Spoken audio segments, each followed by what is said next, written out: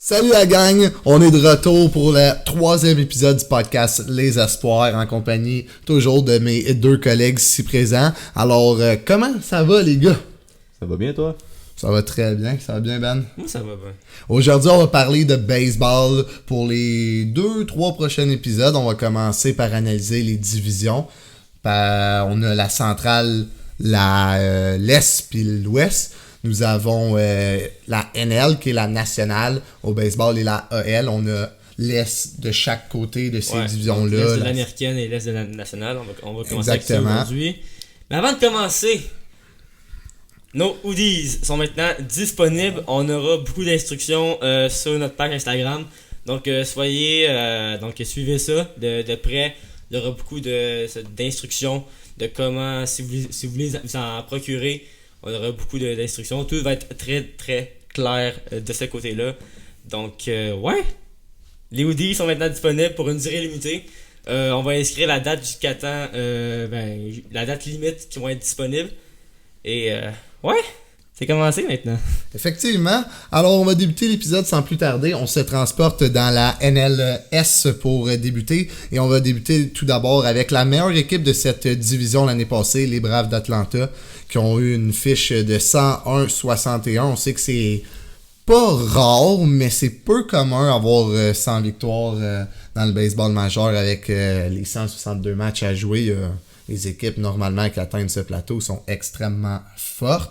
Alors, Ced, les leaders au bâton, les joueurs à surveiller du côté des Braves. Ben écoute, les Braves d'Atlanta ont encore une fois prouvé qu'ils étaient une des meilleures équipes du baseball majeur. Avec une offensive de feu, notamment Dansby Swanson a eu une très bonne saison. On peut notamment parler de Austin Riley au 3e but. Il y a eu Acuna Jr. qui a été très bon aussi. La recrue Michael Harris a également surpris. Oui, profil de l'année d'ailleurs pour Michael Harris de second. Donc, très bonne saison offensive. Au monticule, c'était assez similaire en termes de domination. C'est une équipe complète. C'est une équipe complète de A à Z. Très complète. Et est-ce qu'on peut dire qu'elle est meilleure maintenant pour cette année? Est-ce que 2023 va être meilleur que 2022? Ouais, difficile de faire meilleur, mais je pense qu'ils sont capables quand même. C'est une très bonne équipe avec beaucoup de profondeur, beaucoup de joueurs étoiles. On peut penser au partant Max Fried, le recrue Spencer Strider aussi. Oui, effectivement, on a très bon lanceur. Et ça, c'était sans. Oui. Donc, on parle d'une très bonne saison pour les Braves. C'était sans une saison en santé de Acuna. Effectivement, Acuna qui a manqué plusieurs matchs. Quelques matchs. Ça fait quelques années déjà qu'il se blesse. Mais c'est un joueur très, très, très jeune. Et c'est un des meilleurs joueurs du baseball quand il est en santé. Mais c'est un peu ça le problème ces dernières années. C'est quand il est en santé. Et on peut vraiment penser à une meilleure saison de Acuna. C'était pas sa meilleure l'année dernière, mais je pense qu'on peut vraiment compter sur un Acuna qui va être très très solide pour les Braves d'Atlanta. Effectivement, ça a eu des départs puis des acquisitions aussi du côté des Braves. Ben oui, écoute, c'est pas parce qu'on est les meilleurs qu'on ne perd pas de joueurs pendant Ils sont juste meilleurs. Ben, je veux dire, il y a eu le départ quand même du closer de l'équipe, Kenley Jensen. Le releveur, Dansby Swanson aussi est parti du côté des Cubs de Chicago. Oui. Cependant, pour remplacer William Contreras qui est également parti au poste de receveur, c'est justement. Effectivement. Oui, j'allais en parler, ouais. Ils sont allés chercher Sean Murphy des Aces d'Oakland. Donc, écoute, c'est une équipe, selon moi, je peux pas dire qu'ils ont eu de grands départs. C'est sûr que Swanson, ça va faire mal. Oui, surtout que, je sais pas si vous êtes au courant, mais le remplacement de Dansby Swanson est une recrue Van Grisham. Je pense qu'il a 21 ans, 22 ans. Il a fait ses débuts l'année dernière, mais seulement comme une quarantaine de matchs. Donc, c'est sûr que le départ de Swanson peut poser problème, mais je pense que par une jeune recrue comme Grisham qui le remplace, on sait pas à quoi s'attendre, mais c'est sûr que les Braves vont être une équipe très forte. Ils vont faire les séries, je pense que c'est presque assuré. Donc, les Braves vont être encore une force, malgré des petits départs, c'est sûr, oui. Effectivement, les boys, puis je vois ici qu'on a une recrue à peu près à surveiller, un espoir, c'est-à-dire à surveiller du côté des Braves d'Atlanta. Jared Schuster, j'espère que je le prononce comme il faut, joueur quand même assez intéressant. Ouais, un lanceur. Ouais, il va avoir 25 ans en août. Il a été repêché en première ronde pendant le repêchage de 2020. Intéressant. C'est sûr. Il n'a pas encore fait ses débuts dans les majeurs, mais il était quand même assez bon dans les ligues mineures. Donc, on peut peut-être voir s'il y a des blessés dans la rotation des Braves, je pense qu'on peut voir Schuster faire quelques départs ou peut-être même quelques apparitions du côté des releveurs. On sait pas. Effectivement. On se dirige du côté de Miami maintenant avec leur fiche, on va pas dire désastreuse, on s'y attendait, mais 69-93, quatrième dans leur division l'année dernière. Qui ont d'ailleurs le nouveau cover de MLB 23, Oui. Jazz Chisholm. Un joueur électrisant. C'est sûr que Jazz Chisholm est un des joueurs les plus fun à regarder. C'est un joueur qui a beaucoup de personnalité. Un peu comme un joueur de football, on dirait. Il célèbre beaucoup, montre beaucoup d'émotions. Donc, Jazz Chisholm, il va maintenant jouer au poste de champ-centre. Ouais. Pour donc un changement de position pour Jazz Chisholm. Il était au poste de deuxième but. Une position assez différente. On est des joueurs de baseball, nous autres ici. C'est pas la même position du deuxième but et champ-centre. Non. C'est pas pareil, c'est pas la même charge de travail. Mais... C'est sûr que non, mais c'est un joueur qui court très vite. Donc, Effectivement. Sinon, Garrett Cooper et Joey Wendell, t'en penses quoi, Seth, du côté? Ouais, ça a été des bons frappeurs pour les Marlins. Ils ont eu une des bonnes saisons. On peut également compter sur la présence en fait de Charles Leblanc, mention spéciale à un Québécois de chez nous finalement. Il y a eu une très bonne fin de saison. Je pense que on peut s'attendre à le voir jouer dans les majors encore une fois cet été. Définitivement. Donc, Définitivement, je pense pour Charles Leblanc. Ouais. Toujours hâte de le voir encore une fois jouer dans les majors cet été. Mais je pense qu'il manque encore un peu de bâton pour les Marlins. Ouais, pour les Mais la rotation est très très forte. Menée par, selon moi, le meilleur lanceur du baseball majeur, Sandy Alcantara. Ah, c'est de la balle rapide, mes amis. C'est de la balle rapide, ça 100 000 à l'heure. Marlins, Et il lance énormément de lancers. Oui. Je pense qu'il menait en termes de matchs complétés, donc toutes les 9 manches. Sandy Alcantara menait de loin cette statistique-là. Il a remporté l'honneur du Cy Young, donc le meilleur lanceur du côté de la nationale. Sandy Alcantara est incroyable. Et il y a aussi un peu de relève derrière lui. On pense aussi. Ben là, on a eu Pablo Lopez qui a été échangé. Mais il y a aussi Jesus Luzardo. On a aussi des jeunes joueurs. Edward Cabrera, légende de notre show d'ailleurs. Et aussi Eury Perez, un jeune lanceur aussi. Tu sais, des enfants qui lancent très très vite, ces gars-là. C'est des très bons lanceurs. Et je pense qu'on va avoir quelques heures chez les Marlins. On s'attend à quoi du côté de Miami cette saison? Ben, c'est une équipe qui, selon moi, s'est améliorée. Comme tu l'as dit plus tôt, Benjamin, ils ont échangé Pablo Lopez pendant l'hiver, mais en retour de Luis Arraez des Twins. Un frappeur qui frappe pour beaucoup de coups sûrs. Pas beaucoup de circuits, mais beaucoup de coups sûrs. Également, l'acquisition de Gene Shigura, des Phillies de Philadelphie. De tes Phillies, même. Oui, effectivement.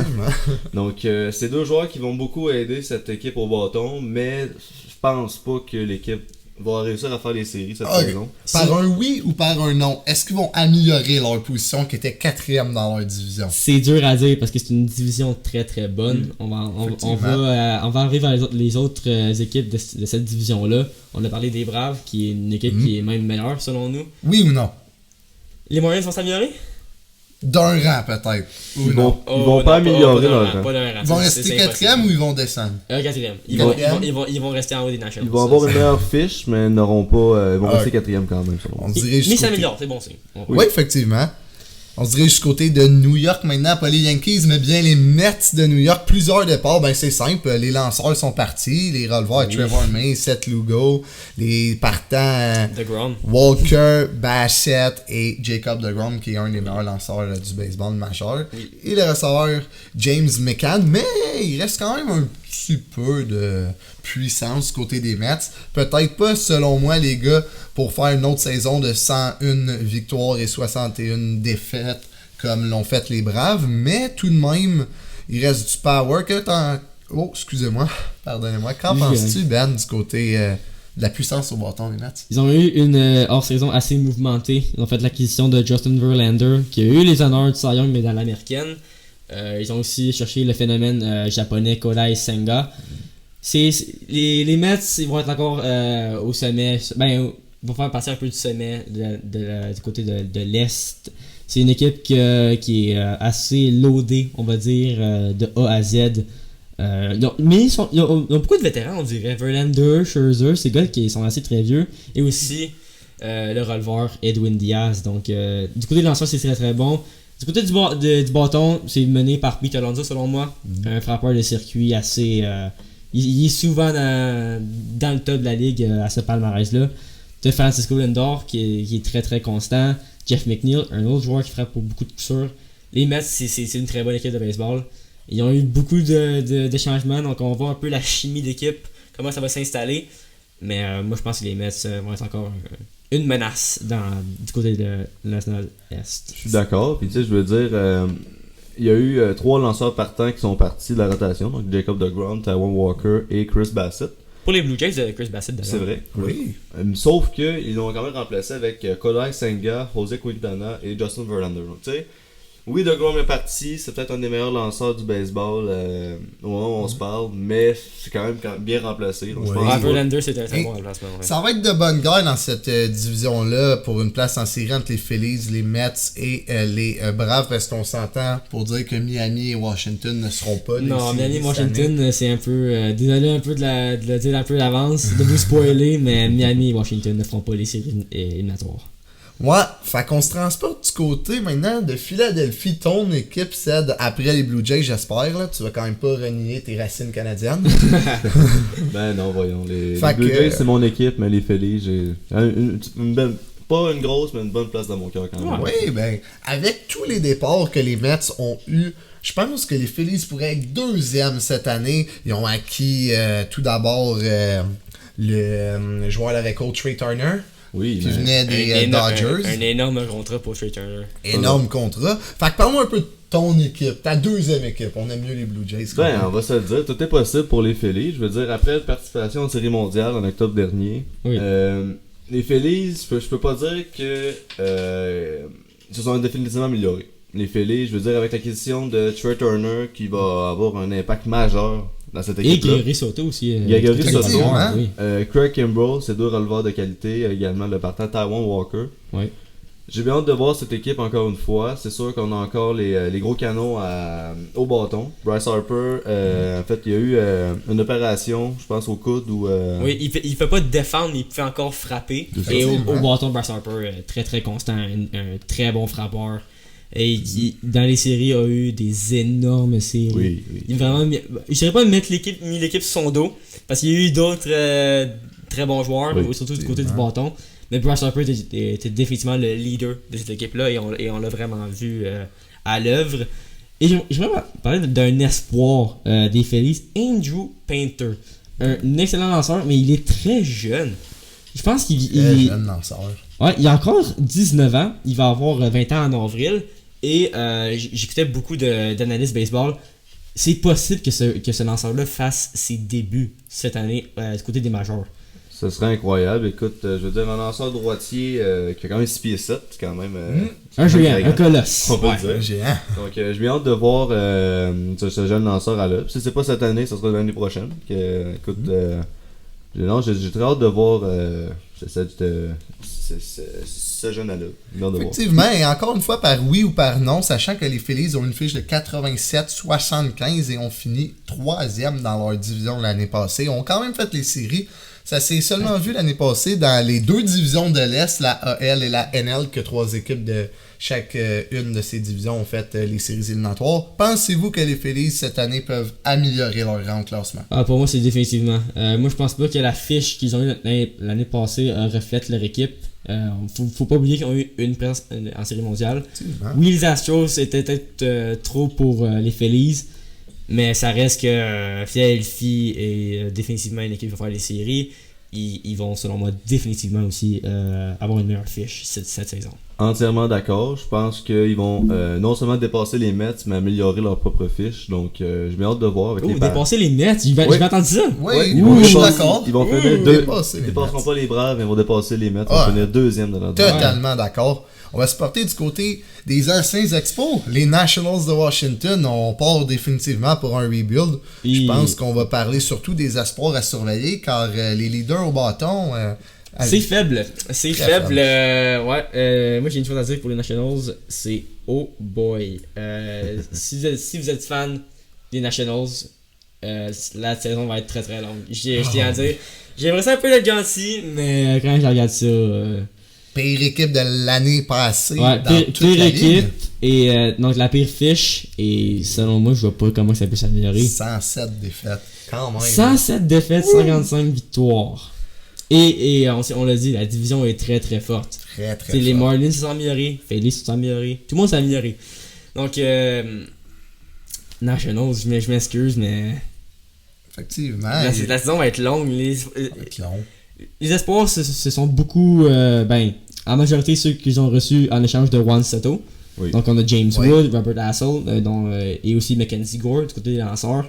C'est des bons espoirs, mais ils feront pas encore la différence dès maintenant. La Mais- bonne nouvelle pour les fans des Nationals, c'est que l'avenir est quand même brillant. On va se le dire. Effectivement. CJ Abramez à Abrams, l'avant-champ, James Wood, Robert Hassel, comme tu l'as dit un peu plus tôt. Donc, c'est la bonne nouvelle au moins pour les partisans des Nationals. C'est sûr que depuis la Série mondiale de 2019, il y a eu plusieurs départs. Une pente descendante assez, Ouais, Assez abrupte. Assez abrupt, on peut le dire. Définitivement. En sachant que les Nationals vont évidemment gagner peu de matchs, est-ce qu'on peut faire place, d'après vous, à des recrues, à tester nos nouvelles recrues en match? Moi, je pense que j'irais plus vers la route du développement. Donc, Ouais. aller dans les mineurs, dominer les mineurs et monter dans les majeurs éventuellement quand vous êtes prêts. Moi, je pense pas qu'ils doivent un peu se dépêcher à mettre leurs recrues dans les ligues majeures. Mais pour les Nationals, Ça va être dur. ça va être dur, ça va être vraiment, vraiment dur. Il n'y a pas d'autre chose à dire pour les Nationals, c'est vraiment ça. C'est fou. C'est ce qui clôt d'ailleurs la division NL, pardonnez-moi, East. On se porte maintenant dans la américaine S avec, d'après moi, c'est la plus grosse division du baseball majeur avec les Blue Jays de Toronto, les Yankees de New York, les Orioles de Baltimore, les Red Sox de Boston et les Rays de Tampa Bay. Alors, on va commencer par analyser les Orioles de Baltimore qui ont fini 4e l'année passée avec une fiche en haut de 500, 83-79 et ont raté des séries éliminatoires de peu. C'était une chaude lutte selon moi, d'après moi. Ben, c'est une équipe qui a beaucoup surpris. Je pense que l'arrivée de Adley Rutschman, le nouveau receveur, a vraiment changé la donne. C'est un joueur qui a beaucoup de leadership. On le voit, un peu les lanceurs sont beaucoup plus en confiance quand c'est Rutschman qui est derrière le marbre.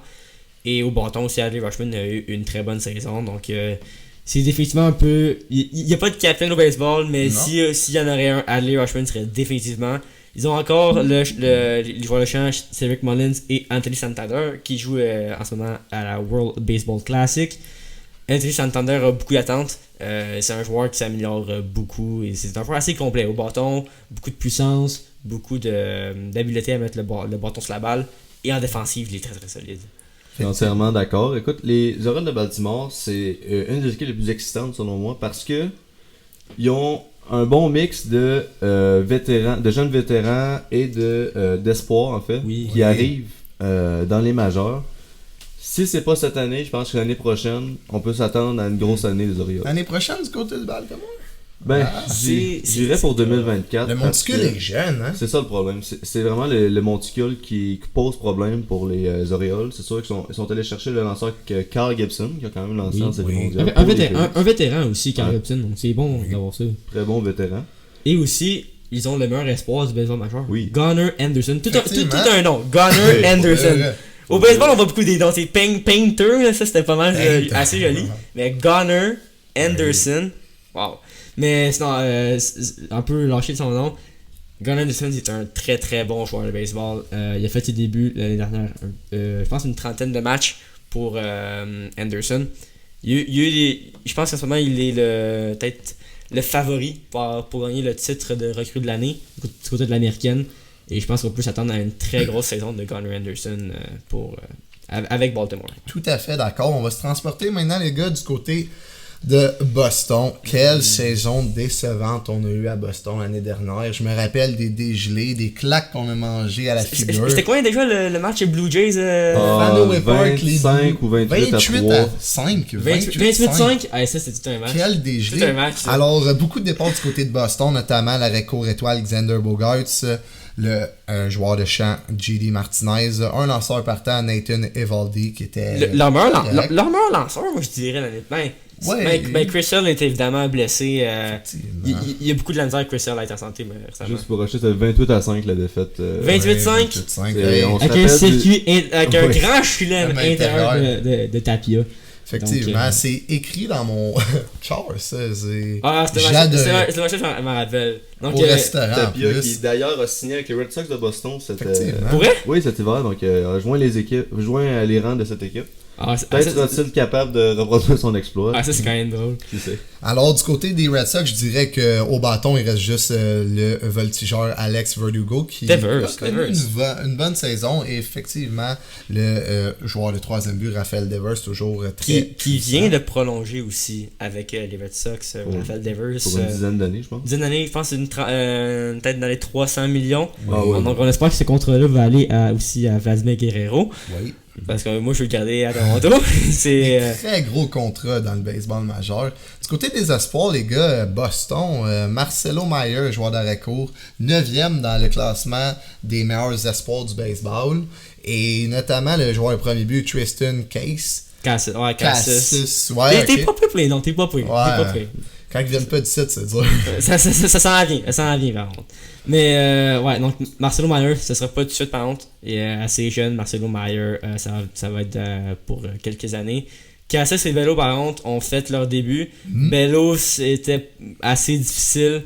Et Cassis était bon je pense. Est-ce que t'as les stats devant toi? Ben écoute, je peux m'arranger pour vous trouver ça. Attends, moi t'es là un petit peu quand même là. On va aller quand chercher. même une bonne saison pour C'est Tristan pas mauvais. Cassis. C'est sûr que encore une fois c'est une recrue donc il Ouais. commence dans les majeurs, mais non on peut Mais il s'attendre. se rendait quand même sur les buts assez souvent. Il C'est avait une bonne habileté à avoir des buts sur balle. Oui, Ouais. très bon œil au bâton. Non, Et ça c'est un excellent signe pour Souvent les dirigeants, quand un joueur ne se fait pas beaucoup retirer sur les prises, souvent c'est un bon signe pour les dirigeants.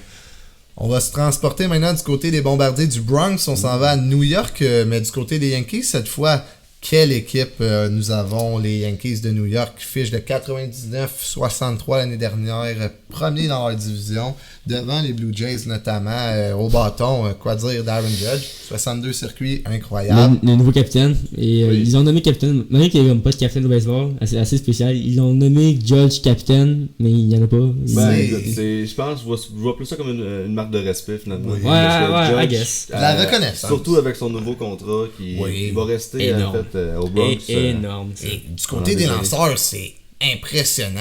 Garrett Cole, même si c'est un gros bébé, là. Oh, il y avait le contre côté des Blue Jays, c'est pas vraiment notre préféré, mais. Garrett Cole, C'est un très bon lanceur. Un très bon lanceur. faut lui Nestor donner. Cortez, notamment, Jameson Talon, et on a qui C'est par contre, c'est pas vraiment réussi. Non. par contre. Jameson Taillon. Taillon. Hey, Taillon. Ouais. Ouais, lui, il vient pas de ça. Ah ouais? Même si Taillon Taillon. est parti de New York, il va être très bien remplacé sûrement par Carlos Rodon. Oh, il est parti, lui? Non, non, Ouais. non, il est arrivé même. Il est arrivé. Mais Ouais. question pour vous, pour vous deux. Est-ce que les Yankees ont la meilleure rotation du baseball majeur? Définitivement. Ouh. Des gars comme Garrett Cole, Carlson Rodon, qui était excellent avec les White Ouais, Sox, ouais. Nestor Cortez, qui a connu une saison quand même assez bonne l'année Ouais, dernière. très très très très bon.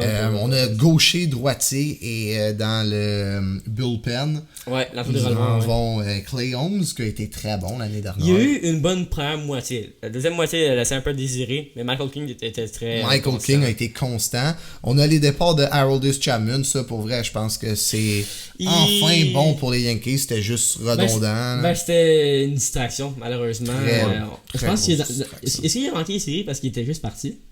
Je pense que Parce qu'il y a un peu de drama de ce côté-là par Haroldis Chapman. c'est jamais bon pour une équipe et je pense que pour les deux parties, donc autant pour le joueur que pour l'équipe, je pense que c'est la meilleure situation qui peut arriver. C'est sûr que il était très connu avec les Yankees, mais je pense que Oui, ça va quand même faire du bien à l'équipe. C'est sûr que effectivement. il y a aussi Matt Carpenter qui est parti. C'est sûr Oui. qu'un vétéran qui a beaucoup surpris.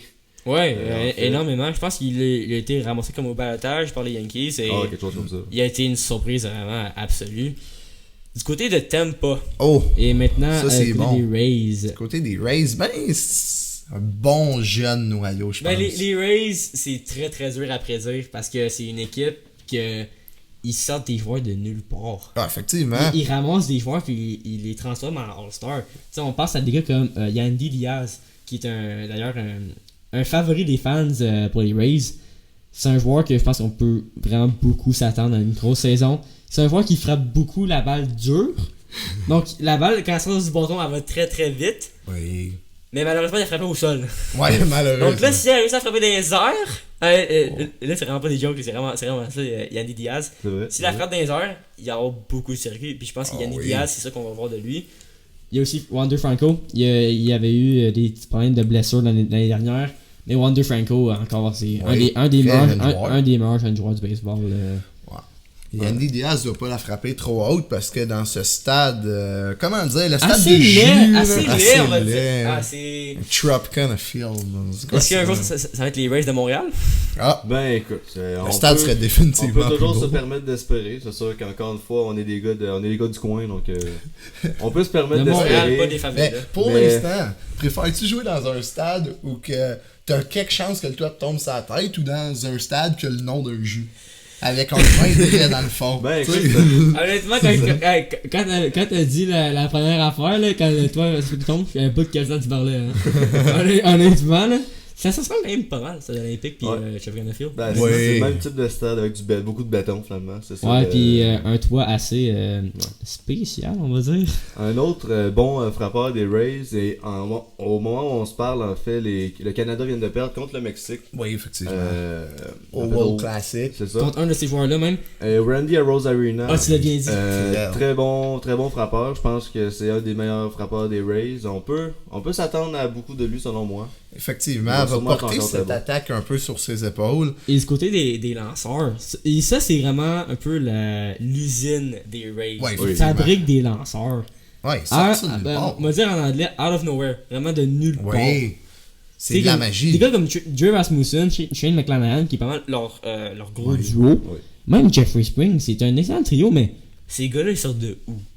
Nulle part, Peut-être nulle McClanahan, qui était un bon espoir, mais les deux autres, je veux dire, ils ont réussi à les transformer en lanceurs d'élite. Oui, Réel, effectivement, réel, définitivement. On va se porter maintenant du côté de Toronto, la seule équipe canadienne dans la MLB actuellement.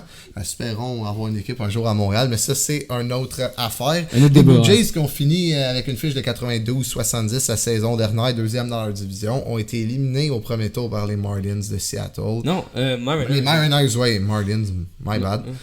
les Mariners de Seattle, malheureusement, c'était une Une déception. défaite crève-cœur, ça c'est Ah oui, vraiment- on je pense est qu'on peut- 8-0. 8-1. 8-1. Ah. 8-1, on a perdu, je pense, quoi, 18 avant la même? On va essayer de Ou pas 19. parler de pas parler avec notre cœur, mais Ouais, effectivement, cette défaite-là fait Ouais, très mal. on regarde l'ordi et on parle pas avec Ben, Daisy. Au bâton, effectivement, on a Bo Bichette, Vlad Jr., on a Matt Chapman, qui s'est quand même bien débrouillé la saison dernière, et George Springer. Mais il est plus ça pour sa défensive, Matt Chapman. Oui, Je pense oui. que c'est vraiment ça, la direction que les Blue Jays ont pris. Ils ont fait quelques transactions, dont un peu le favori des fans, Teoscar Hernandez. C'est un Malheureusement. départ qui a fait mal. Ils ont été chercher pour Eric Swanson, qui était même des Mariners. Donc c'est assez Oui. spécial un peu que Il fallait du côté des Blue Jays. Teoscar, qui était un des meilleurs joueurs dans cette série contre les Mariners, partent aux Mariners. Ben, écoute, c'est sûr que c'est un concours de circonstances qui est un peu spécial, mais en même temps, je pense que c'est une bonne transaction pour les deux équipes. Oui. Les Mariners vont pouvoir l'utiliser très Ah, c'est De ça. Ils bonne- vont vraiment améliorer manière. leur bâton, puis nous, De fait. notre enclos Enclos des des releveurs, releveurs. parce que ça Oui. faisait dur la saison Mais dernière. ça fait quelques saisons qu'on en parle que l'entour des releveurs doit s'améliorer. Puis je pense que Oui. on est rendu à ce bout-là. On sait que dans la rotation, on a eu quelques hauts et bas. Mais Oui. Alec Manoah et Kevin Gausman, un excellent duo. Incroyable. Ils ont aussi fait la question de Chris Bassett des Mets de New York. Oui, Un excellent lanceur. très hâte de Très voir hâte de Mais- ça. le voir, moi aussi. Là. Là, la question est 4 et 5. Donc, au baseball, c'est 5 lanceurs en passant. Ben, les partants. 5 partants et 9 releveurs. On a un là. très bon trio. Mais 4 et 5, là, c'est là que ça vient jouer un petit peu. Là, José Berrios, Ah, José Berrios, je regarde. toi, tu l'aimes beaucoup. Mais. Quelqu'un. Inconstant, mais j'ai été voir une game à Toronto entre les Blue Jays et les Phillies. José Berrios en 6 manches, 13 strikeouts sur une possibilité de 18. Fait que Oui, il sort des games comme la première de la saison dernière où ça a été atroce en 2 manches. C'était beau à voir. Comme il manquait le bus. Fallait que t'arrives là de bonne heure parce que les points partaient. C'est quand même drôle que quand tu regardes ces lanceurs-là, donc Manuel Gossman, Berrios c'était le partant l'année passée. C'était le numéro 1.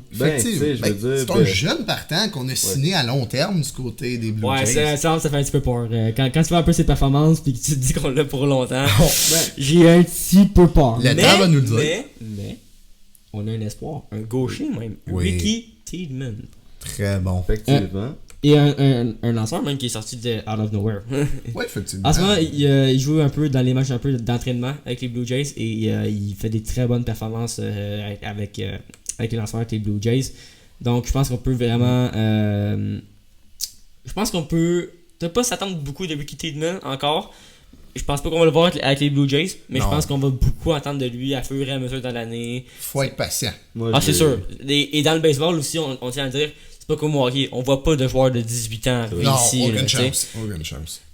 Ça prend plusieurs années. T'sais, on parlait, mettons, de Adley Rutschman du côté des Orioles. Il y a 25 ans. Il vient de faire sa saison recrue. Donc, à 19 ans, quand tes débuts, t'es vraiment une exception. Effectivement. Donc c'est un peu différent que comme Milwaukee, on tient un peu à le préciser là. Moi je vais être honnête, j'ai bien hâte de voir en fait à l'action Dalton Varsho. Oui. Une autre transaction, la deuxième plus grosse transaction selon moi pendant l'hiver. Tout à fait d'accord. Lourdes Juriel Jr. et Gabriel Moreno, un très bon espoir. Au poste de receveur. Mais c'est vrai que les Blue Jays devaient un peu se départir d'un catcher. On avait Alejandro Kirk. On avait Danny Jensen. Danny Bonds, comme on l'appelle. Et Gabriel Moreno. Donc un de ces trois-là devait partir. Et je pense que Moreno c'est. Il fait bien voir chaud là actuellement en spring training. Ouais, donc les matchs d'entraînement. Il est sûr qu'on a dû se débarrasser aussi de Lourdes Gurriel Jr., un autre favori des fans, un joueur qui apportait beaucoup d'énergie. Mais si c'est pour améliorer l'équipe, moi je dis pas non. Au final, c'est sûr que les fans vont peut-être perdre un de leurs favoris, mais en même temps, si cet échange-là peut nous apporter plus de victoires, je pense que les fans vont être aussi prêt à faire l'échange. Et avec ça étant dit, à quoi on peut s'attendre pour les Blue Jays? C'est une bonne question. Et là, je tiens à préciser, pas le cœur, les gars. Okay? Ils vont refinir deuxième derrière les Yankees. D'après moi, avant de clore l'Est, où finissent les Blue Jays dans ce classement-là? C'est parce que les Yankees sont, selon moi, encore une fois, ils sont encore supérieurs aux Blue Jays. Malheureusement. C'est sûr. Des meilleures formations, des meilleurs lanceurs. Oui. Au bâton, c'est assez similaire. Ouais. C'est sûr qu'on n'a pas un Judge, mais c'est assez similaire. Je dirais que c'est plus complet, mais ils ont le meilleur frappeur. Je pense que Judge contre Guerrero, je prends Judge, mais je pense qu'on a un élément plus complet. Et je pense qu'on peut vraiment rivaliser avec les Yankees. Absolument, c'est mettre Garrett Cole, là, Vlad, c'est son daddy. C'est ça aussi parce que les Red Sox de Boston, je pense qu'ils vont connaître une autre saison de misère malheureusement. Les Orioles de Baltimore leur manquent encore des lanceurs, donc ça sera probablement pas encore pas ils doivent un peu, leurs jeunes joueurs doivent gagner un peu d'expérience, c'est sûr. Je pense que c'est clé dans le baseball. Comme j'ai dit tout à l'heure, c'est très très rare de voir une recrue qui arrive et qui change toute la game. Au hockey, on a vu des joueurs comme McDavid et Matthews changer toute la game. Mais au baseball, ça prend du temps. Ça prend du temps. On doit développer. Ça se développe assez lentement, je dirais, au baseball. Et donc, pour les Blue Jays, moi, je vais avec ma prédiction encore deuxième derrière les Yankees. Mais je pense qu'on peut voir... on peut s'attendre à plus du côté des séries. Oui. Je pense qu'on peut battre les Mariners maintenant, je pense, avec cette équipe-là. Écoute, je vais être honnête, les séries c'est définitivement une possibilité. Oui, absolument. On va se le dire, tout est possible en série. Oui. On l'a vu à maintes reprises dans les dernières années. C'est sûr que l'enclos des releveurs à chaque année s'améliore et chaque année c'est le même résultat. J'ai hâte de voir si on va finalement arriver à une espèce d'équilibre. Ouais. Que c'est un peu ça débloque, on va dire. Ouais, que ça débloque. Mais écoutez, je vais dire... Je vais aller les Blue Jays autour de 96-97 victoires. Ouais, pas ça cette année? Non. 100, ça prend une énorme... vraiment. Je pense que, si je me trompe pas, la seule dans l'américaine qui avait 100 victoires, c'était Houston. Oui. Donc, est-ce que je pense qu'on est du niveau de Houston? Pas encore, malheureusement. Effectivement pas. Mais moi, je pense qu'on peut... on peut s'attendre à une grosse saison des Effectivement. Blue Jays. Hey les Ok. gars, merci beaucoup de vous être prêtés au jeu pour l'analyse de la centrale de l'Est. Des divisions S. Ça a et, été très complet. On a passé les 10 équipes. Selon vous, selon moi, on sait déjà approximativement le portrait des prochaines séries éliminatoires. Ouais, au baseball, c'est Cette rare de voir des surprises. Des surprises. Ouais, c'est pas mal dessiné un peu. Et ouais, on va être de retour dans les prochains épisodes pour parler du côté Effectivement. des divisions centrales. centrale et l'Ouest. Oui, éventuellement l'Ouest. Non, On mais va la, parler- mais la prochaine, c'est la centrale. Oui, on va parler également d'actualité dans le monde de la NFL, beaucoup de transactions. On va être en compagnie de Zachary pour un segment F1, beaucoup de nouvelles du côté de la Formule 1 et beaucoup de gens à la maison nous ont demandé d'ouvrir une parenthèse là-dessus, ça fait qu'on va faire ça. Ouais, alors que j'ai dire aussi une parenthèse, et donc si vous avez des suggestions, donc des sujets Oui. que vous voulez qu'on parle, on est très ouvert à qu'on en discute. On va aussi de beaucoup interagir un peu avec la communauté. Donc, Ouais, sur nos, exactement. donc sur nos pages, sur nos réseaux sociaux, donc tout au nom des espoirs, on va être très présent là-dessus. Donc on Oui. a notre page TikTok, on va essayer de la mettre en description. Zach, c'est possible de faire ça. Et on va aussi vous mettre la page Instagram en description. Donc Effectivement. soyez à l'affût. N'hésitez pas à nous suivre, n'hésitez pas à communiquer avec nous, ça nous fait plaisir. N'oubliez pas les hoods qui vont sortir, fait écrivez-nous. Et avais-tu quelque chose à dire, ça? Ben, dernière chose, juste dire, quand je suis arrivé ici, en fait, tantôt, j'étais surpris, il n'y avait pas de chandail. Juste vous dire, ils vont revenir les chandails. Ouais, on va suite à un peu le Écœuré qui tombe. suite à un peu à l'épisode 2, on va trouver une nouvelle formule pour les accrocher. On travaille beaucoup là-dessus. À chaque épisode, on veut améliorer notre setup, un peu comment qu'on est aussi. Donc yes, c'est beau notre Ouais. c'est beau. Sur ce, les gars, suivez-nous, c'est important. On va poster Excessivement de contenu. excessivement. Ça fait un bout qu'on parle, hein? Ça fait un bout qu'on Ouais, je t'ai écœuré, j'allais me coucher. So, ciao tout le monde! Yes sir.